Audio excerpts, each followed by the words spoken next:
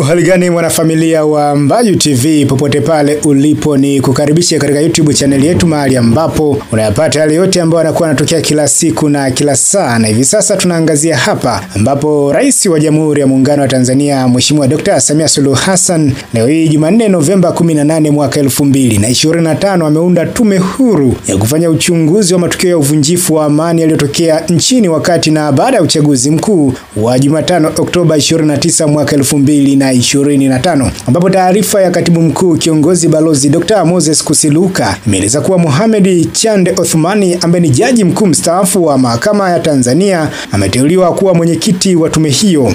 Na kwa mujibu wa taarifa hiyo, wajumbe watakaofanya kazi na jaji mstaafu Chande ni pamoja na Profesa Ibrahim Hamisi Juma ambaye huyu amewahi kuwa jaji mkuu mstaafu wa Mahakama ya Tanzania, Balozi Ombeni Yohana Sefue, mwanadiplomasia na katibu mkuu kiongozi mstaafu, na Balozi Radhia Msuya, mwanadiplomasia na balozi mstaafu. Wengine ni Balozi Luteni Jenerali Paul Meela, mwanadiplomasia na balozi mstaafu, na mkuu wa jeshi la polisi mstaafu IGP Saidi Ali Mwema, Balozi David Kapia, mwanadiplomasia na balozi mstaafu, na Dr. Stragomena Lawrence Taxi, katibu mkuu mtendaji mstaafu wa Jumuiya ya Maendeleo ya Kusini mwa Afrika SADC. Hawa ndio wale ambao wameweza kuchaguliwa na Mheshimiwa Rais wa Jamhuri ya Muungano wa Tanzania kupitia taarifa ambayo imeweza kutolewa na Katibu Mkuu Kiongozi Dr. Moses Kusiluka, ikieleza kwamba hawa ndio ambao wanakwenda kufanya uchunguzi kwenye yale yaliweza kutokea katika kipindi cha uchaguzi na hata baada ya uchaguzi ambao uliweza kufanyika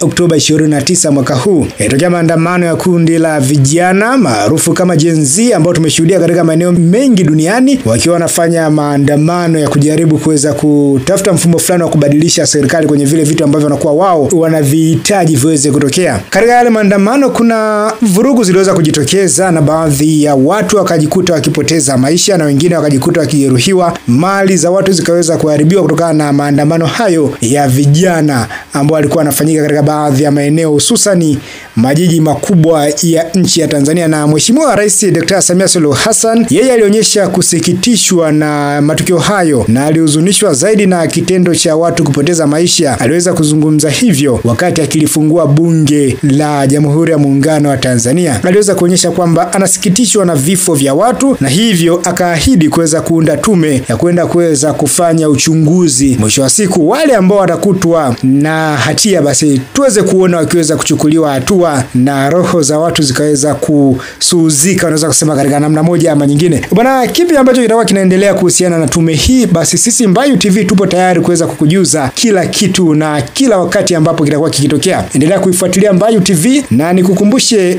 usubscribe YouTube channel yetu, lakini pia usisahau kushare taarifa hizi ziweze kuwafikia watu wengi zaidi.